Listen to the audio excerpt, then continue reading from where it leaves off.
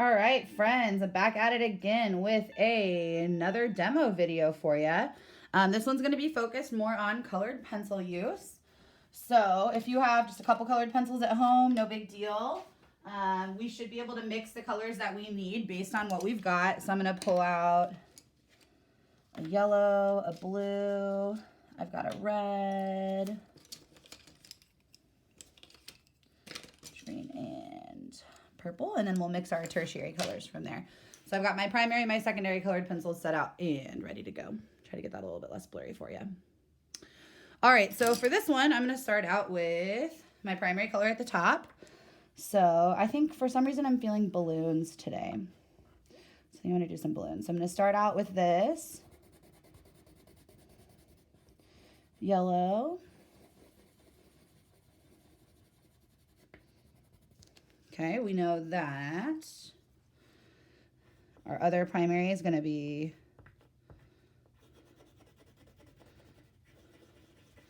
red. And if you don't want to decide on an object right now, you can wait and cut these out. I'll show you a little activity for that too. And then we've got blue.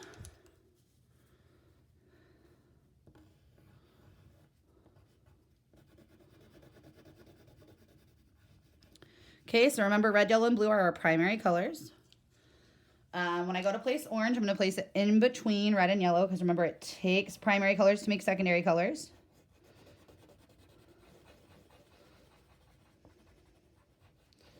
Okay, and I'm just doing this on regular paper. In between yellow and blue, we get green. This is like our straight up grass green here. And then at the bottom, in between blue and red, we get purple.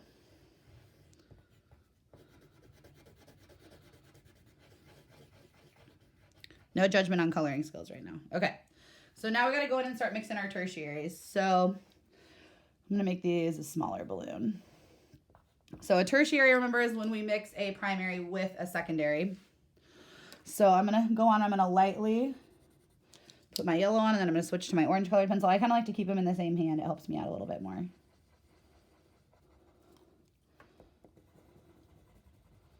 Kind of mixing these colors on top of each other. The key to getting good color mixing with colored pencils is lots of layers. So I'm just kind of switching back and forth. My orange is the darker toned out of the two colors that I'm using. So that'll work. Okay, next up we'll do red, orange. Got my orange going there. Mixing my red in on top. Again, I'm going back and forth. So that's going to be a red orange. Then we've got red violet.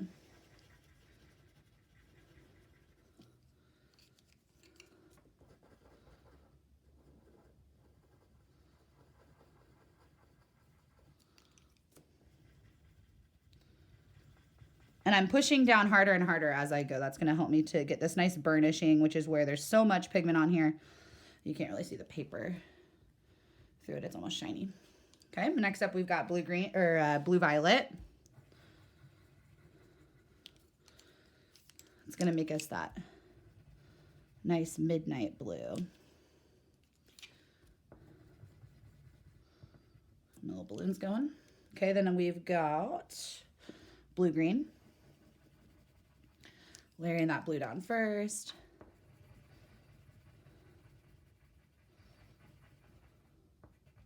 Like our teal or turquoise. And then last up we have our little lime green. Now even if you have like a lime green colored pencil, I think that there's a lot of good that comes from actually trying to layer the colors and get the mix on your own. So really push yourself to just use those primary and secondaries to create everything else. Boom. Got my whole little color wheel full of balloons. You can do like ducks, whatever object you feel in your heart. Now, let's say you get finished and like this is pretty cool on its own, but we can also it's a little quick cut here. Let's say you just did circles. You could also cut these into, let's see, I'm feeling gems right now all of a sudden. could also cut them into just little shapes or objects or whatever. And you could glue these down or just arrange them down onto a separate piece of paper.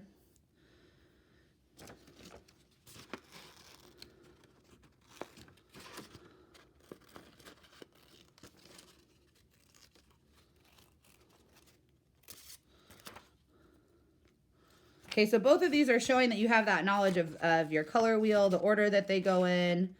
I chose to do my tertiary colors a little bit smaller because that just makes sense for me. But you're welcome to arrange them in whichever way makes sense for you. You can either make objects, or you can cut objects out of them. But the key here is to make sure that they're in the right order. We know our primaries are that right side up triangle. Boom. And our secondaries are that upside down triangle.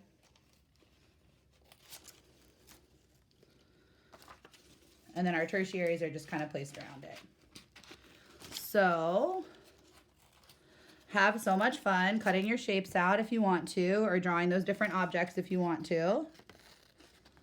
As long as you have that final picture to turn into Seesaw, that's going to give your teachers an opportunity to give you feedback, which is what the name of the game is here for this continuous online learning. So have fun cutting out your little shapes. You can rearrange them all different ways. You know, you could use this too for, okay, show me primary colors. Boom. Show me a analogous color set. Boom. Okay, so when you cut them out, you can play around with them a little bit more, which I think is nice. So have at it, have a blast, do your thing, mix your colors, and go forth and conquer the world. Proud of you guys already. I don't even know. Bye.